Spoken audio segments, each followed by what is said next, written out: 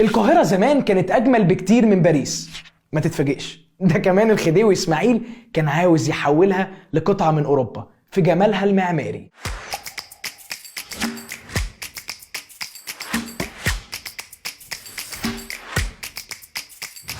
القاهرة الخديوية هي منطقة وسط البلد، وعشان تبقى معايا على نفس الخط خليني أجيب لك الحكاية من الأول خالص، من أول ما كانت مجرد حلم في خيال الخديوي إسماعيل. الخديوي إسماعيل يبقى حفيد محمد علي باشا. الخديوي هو عنده 14 سنة جاله رمد صديدي، فبعته أبوه إبراهيم باشا عشان يتعالج في فيينا، فقعد فيها حوالي 2 سنين، وبعدها راح فرنسا عشان يكمل تعليمه، وفضل فيها حوالي 10 سنين، درس هندسة ورياضة وطبيعة وفرنساوي، وشاف الجمال بعينيه هناك. ولما رجع حلم ان بلده يبقى لها عاصمة شبه عواصم اوروبا وتبقى باريس الشرق، وفضل الحلم معاه لغاية ما تولى الحكم سنة 1863. وهنا جات له الفرصة انه يحقق الحلم اللي كان بيحلم بيه لبلده من وهو صغير. وقتها القاهرة كانت متدهورة عمرانيا ومليانة مستنقعات وبرك ومقابر وتلال، من الاخر كانت كوم زبالة. وده خلاه يفكر يعمل ثورة عمرانية بمساعدة خبراء من فرنسا. بعد فعلا يجيب خبراء من فرنسا، وكان على رأسهم صاحبه اللي اتعرف عليه خلال سنوات دراسته في باريس، المهندس الفرنسي العالمي هاوسمان. تصميم وإعداد وتنفيذ وسط البلد خد من هاوسمان حوالي 5 سنين.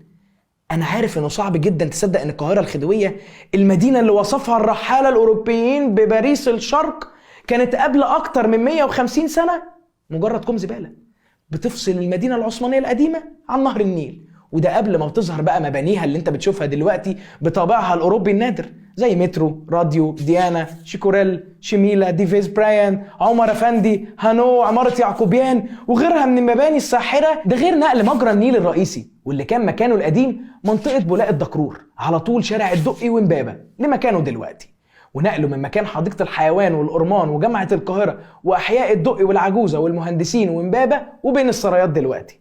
أما البرك ومستنقعات بقى فجي مكانها ميادين مشهورة جدا: ميدان العتبة، ميدان رمسيس، ميدان سليمان باشا، طلعت حرب باشا، ميدان الخديوي توفيق اللي هو ميدان التوفيقية، وميدان الأنتيكا خانة، وميدان عبدية اللي هو بتاع الجمهورية، وميدان الإسماعيلية التحرير، شارع القصر العيني.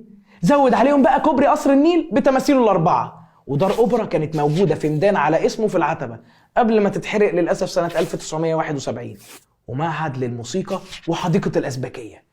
مات إسماعيل من أكتر من 120 سنة وساب وراه حلمه: ميادين وشوارع وعمارات وتماثيل وزخارف وفشوش ملايكة وأكاليل زهور فوق رؤوس البيوت.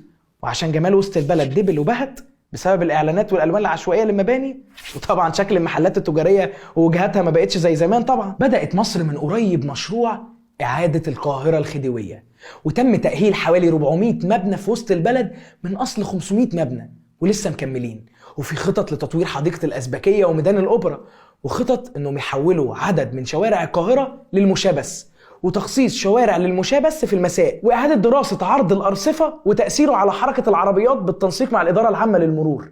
الهدف الأساسي للمشروع هو إنه يعمل نقلة نوعية في وسط البلد عن طريق تحسين صورتها البصرية وتعظيم شخصيتها المعمارية والحفاظ على واجهات مبانيها المميزة وإزالة كل التشوهات اللي حصلت لها، وتنظيم لافتات المحال التجارية بأسلوب يتناسب مع الطابع العام للمنطقة.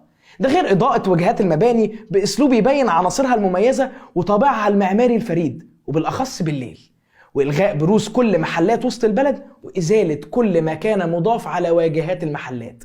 ومن ضمن أهداف المشروع الحصول على حركة تجارية وسياحية أفضل بمنطقة وسط البلد. وزي ما هيبقى في مسارات للمشاة، هيبقى في برضه مسارات للعجل في القاهرة الخديوية، وهتنتهي ظاهرة الباعة الجائلين للأبد، وهيتم تنظيم عمل أسواق اليوم الواحد، وهيبقى في سوق منظم بكل حي. وفي مشروع لتطوير منطقة قرافة المماليك وتحويلها لمزار سياحي. خليني أحكي لك قصة صغيرة كده في الآخر قبل ما أخلص الحلقة. ميدان الإسماعيلية، مش في الإسماعيلية، في الحقيقة أقصد ميدان التحرير.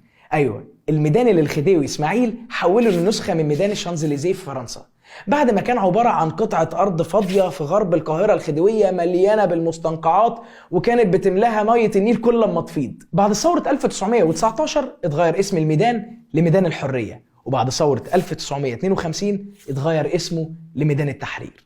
تجربة الخديوي إسماعيل كانت حلم وتحقق وأثبت نجاحه.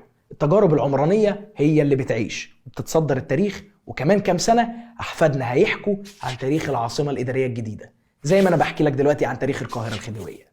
أنا ماجد سليمان، ودي الفرندا.